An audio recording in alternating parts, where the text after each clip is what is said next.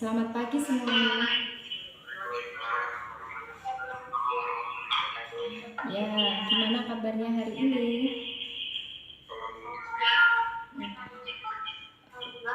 Alhamdulillah ya, meskipun ya alhamdulillah semuanya dalam keadaan baik. Ya, meskipun di rumah, saya harapkan kalian juga masih tetap menjaga protokol kesehatan ya dan tetap sehat, tetap semangat ya. Baiklah, untuk mengawali kegiatan pada pagi hari ini, kita awali dengan berdoa bersama-sama. Silakan Mas Rafael bisa dipimpin berdoa terlebih dahulu. Terima kasih Mas Rafael yang sudah memimpin berdoa. Agar pembelajaran kita kali ini ya semoga saja nanti bisa membawa manfaat ya. Oke. Pada pertemuan sebelumnya kita sudah belajar tentang pengertian konflik sosial ya. Ada yang masih ingat materi yang sebelumnya sudah kita pelajari? Masih, siapa Bu. yang Oke. Ya, luar biasa kalau masih ingat ya.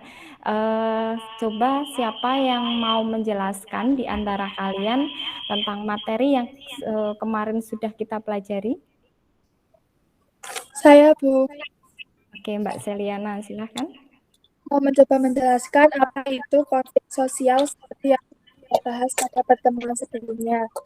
Berdasarkan pembelajaran kemarin, konflik sosial adalah suatu yang dapat berupa percekcokan, perselisihan, maupun pertentangan antara dua pihak atau lebih yang terjadi di masyarakat dan mempengaruhi kehidupan sosial kita untuk memenuhi tujuan tertentu.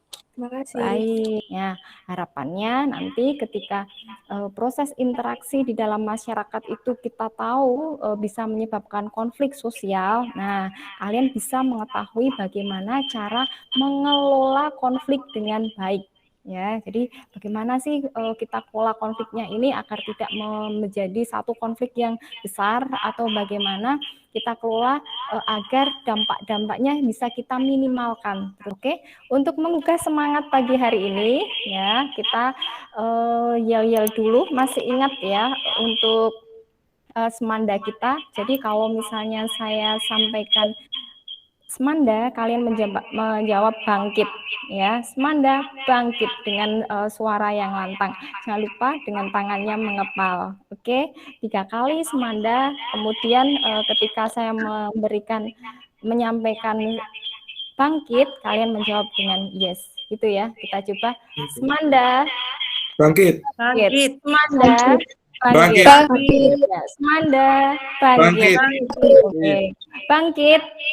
Yes. Oke, terima kasih, luar biasa sekali ya. Semoga aja semangat kali ini juga bisa menjadi pendorong motivasi kita untuk belajar lebih baik lagi, dan tentunya dalam kondisi pandemi saat ini tidak mengubah kita ya untuk selalu terpuruk ya, tetapi harus bisa memotivasi kita untuk selalu bersemangat dan berprestasi. Oke, dalam pertemuan kali ini ada beberapa materi yang akan kita bahas, yaitu bentuk-bentuk konflik sosial dan dampak-dampak konflik sosial. Ini tujuan pembelajaran kita kali ini. Ya, setelah mengamati video atau gambar tentang konflik sosial, peserta didik mampu menganalisis bentuk-bentuk konflik dan kekerasan dalam masyarakat minimal 3 saja. Ya, jadi nanti kalian harus bisa menganalisa bentuk konflik dan dampaknya minimal 3. Kemudian setelah mengamati gambar atau video tentang konflik sosial, peserta didik mampu menganalisis dampak-dampak konflik dan kekerasan dalam masyarakat dengan bahasa kalian sendiri.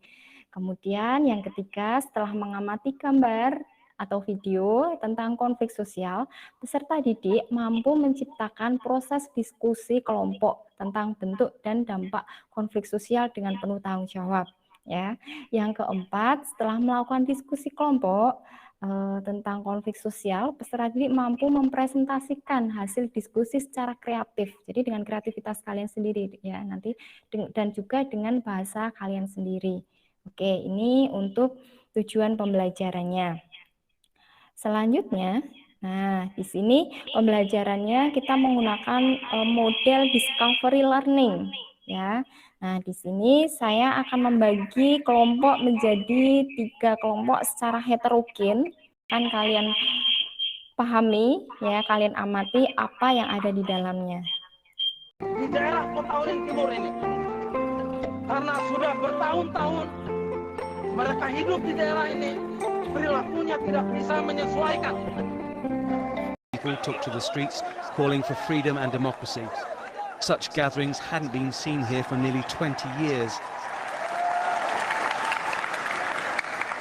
The focal point was the former pagoda. The monks gathered, as it turned out, for one last.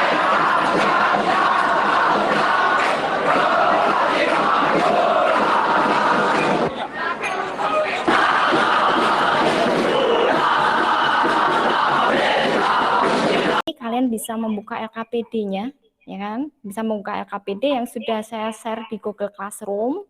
Kemudian kalian bisa berdiskusi dengan kelompok masing-masing sesuai dengan kelompok yang sudah saya bagi di awal tadi, ya. Kelompok 1, kelompok 2, kelompok 3 memberikan pendapatnya.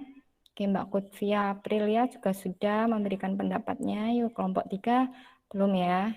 Nah, silahkan kalian bisa berdiskusi menggunakan sumber-sumber yang ada di modul, ya kan, materinya di modul sudah ada, sudah saya bagikan di Google Classroom juga.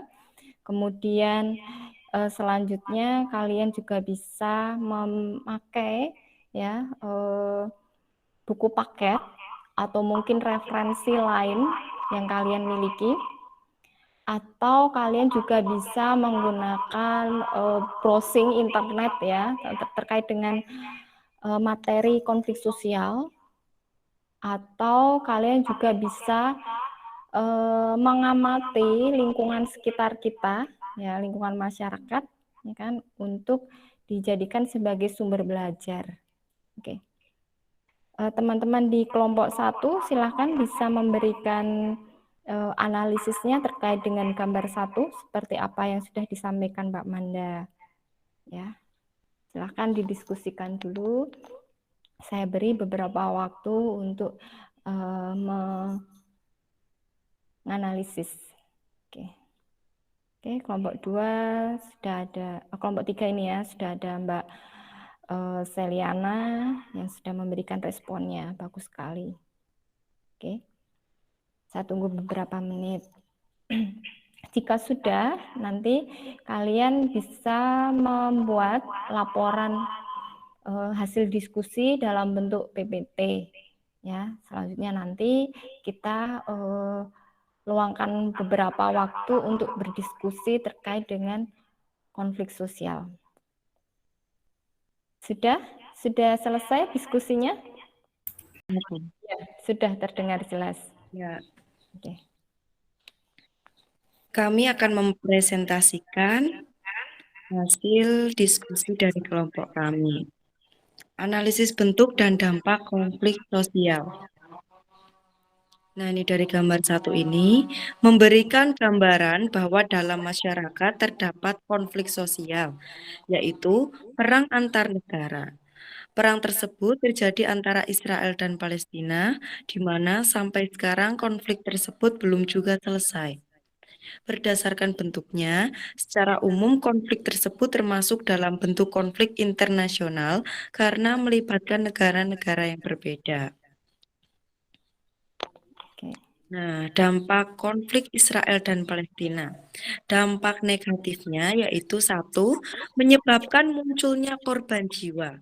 Yang kedua, kerusakan sarana dan prasarana umum. Yang ketiga, di bidang perekonomian menyebabkan harga minyak dunia tidak stabil. Kemudian, dampak psikologis yaitu trauma yang dialami oleh anak-anak. Yang terakhir, munculnya kecaman dari dunia internasional. Nah, ada juga nih dampak positifnya. Dampak positifnya yaitu 1, meningkatnya solidaritas antar warga Palestina dan negara-negara pendukung.